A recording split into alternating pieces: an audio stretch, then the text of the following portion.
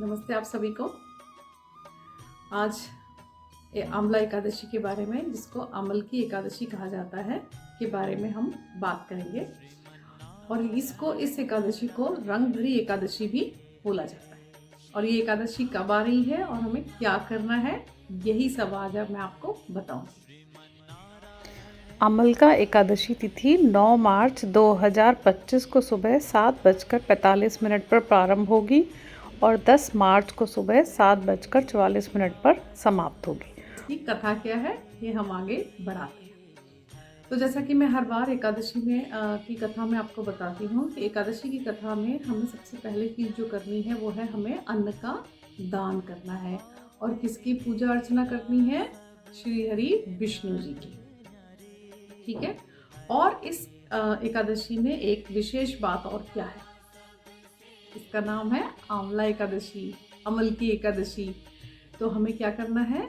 हमें आंवले के पेड़ की भी पूजा करनी है। वो कैसे करनी है? हमें उस दिन जिस दिन आंवला एकादशी है उस दिन सुबह उठ के स्नान करके हमें कलश की स्थापना करनी है पेड़ के वहाँ पर, और दीपक जलाना है। और हमें किसकी पूजा अर्चना करनी है? श्री हरि विष्णु जी की। और इस एकादशी में हम इसमें शिव जी और पार्वती जी की भी उपासना करते हैं। वो हम क्यों करते हैं? क्योंकि शिव जी माता पार्वती को लेकर इस अमल की एकादशी के दिन ही काशी जी पहुँचे थे। और इसलिए विश्वनाथ मंदिर में शिव जी को रंग लगाकर इस एकादशी को मनाया जाता है। इसीलिए इस एकादशी का नाम रंग भरी एकादशी भी है। तो अब हम कथा स्टार्ट करते हैं। तो एक बार एक राजा था, एक नगर था।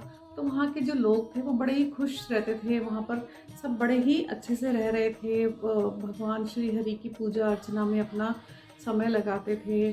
और वहाँ का जो वातावरण था वो बहुत ही स्वच्छ और निर्मल था। वहाँ पर किसी भी तरह का कोई भी बीमारी, गरीबी कुछ भी नहीं था। सब राजा और प्रजा सब बहुत सुखी थे।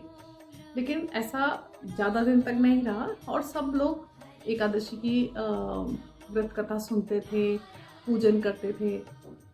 तो ऐसा ही एक दिन चल रहा था। तो कहीं दूर नगर में एक चोर रहता था। उस चोर को पता चला कि इस राज्य के लोग बहुत सुखी हैं, सबके पास बहुत पैसा है और सब अच्छे से ज़िंदगी जी रहे हैं। उसको लगा क्यों ना यहाँ चोरी की जाए, कुछ ज़रूर अच्छा मिलेगा। तो ऐसे चलते चलते जब वो बहुत थक गया, क्योंकि पहले के टाइम पे तो गाड़ियाँ, कार्स होती नहीं थी, तो जब वो बहुत थक गया तो एक मंदिर के वहाँ पर वो बैठ गया।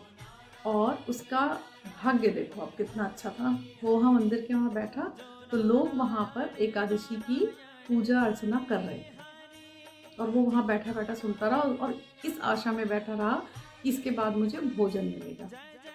ठीक है। इस भोजन के चक्कर में उसने पूरी एकादशी की व्रत कथा पूरी सुनी और श्री हरि का कीर्तन भी किया।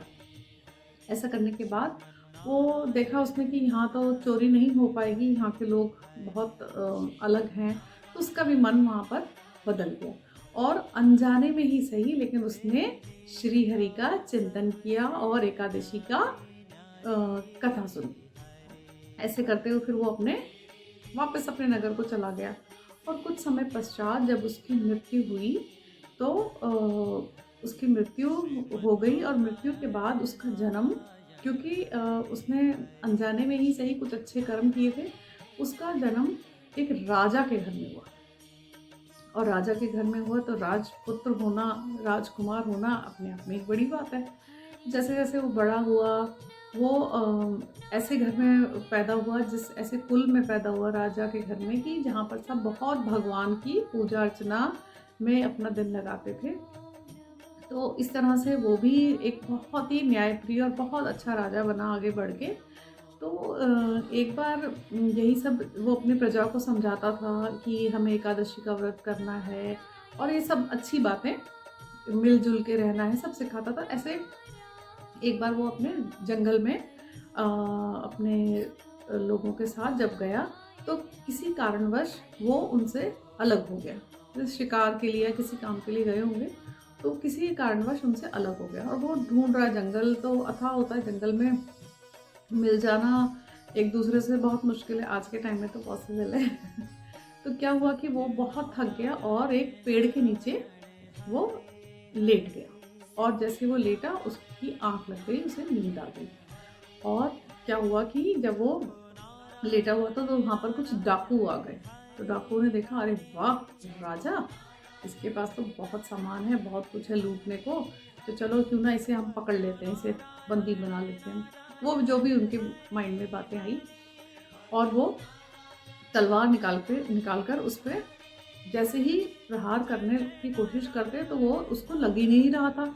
और राजा को नींद में ऐसा लग रहा था कि जैसे उसके ऊपर कोई पुष्प की वर्षा कर रहा हो। वो तलवार से ऐसे ऐसे ऐसे मार रहे हैं और उसको लग रहा है कि उसके ऊपर कोई फूल गिरा रहा है।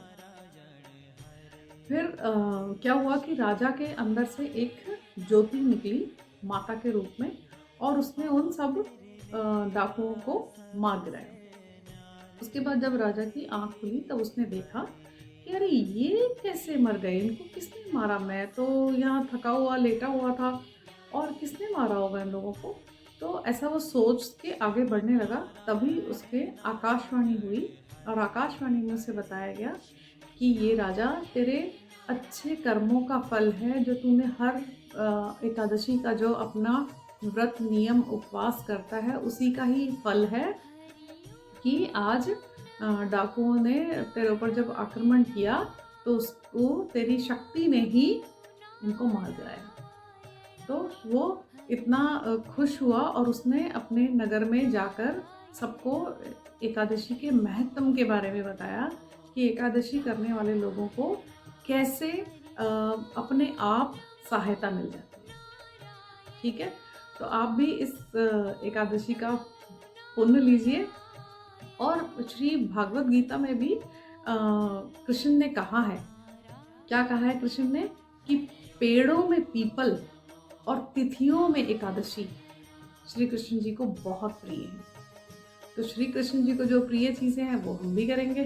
तो हम पीपल को भी पूजते हैं, और एकादशी के दिन हम श्री हरि को भी पूजते हैं। तो इस तरह से हमें इस एकादशी को जो अभी आने वाली है उसमें हमने क्या करना है, हमने सुबह उठ के स्नान करके श्री हरि का चिंतन करना है, और आंवला वृक्ष के नीचे हमने दीप प्रज्वलन करना है और कलश रखना है, और उसका विधि विधान से उसकी पूजा करनी है और श्री हरि को याद करना है।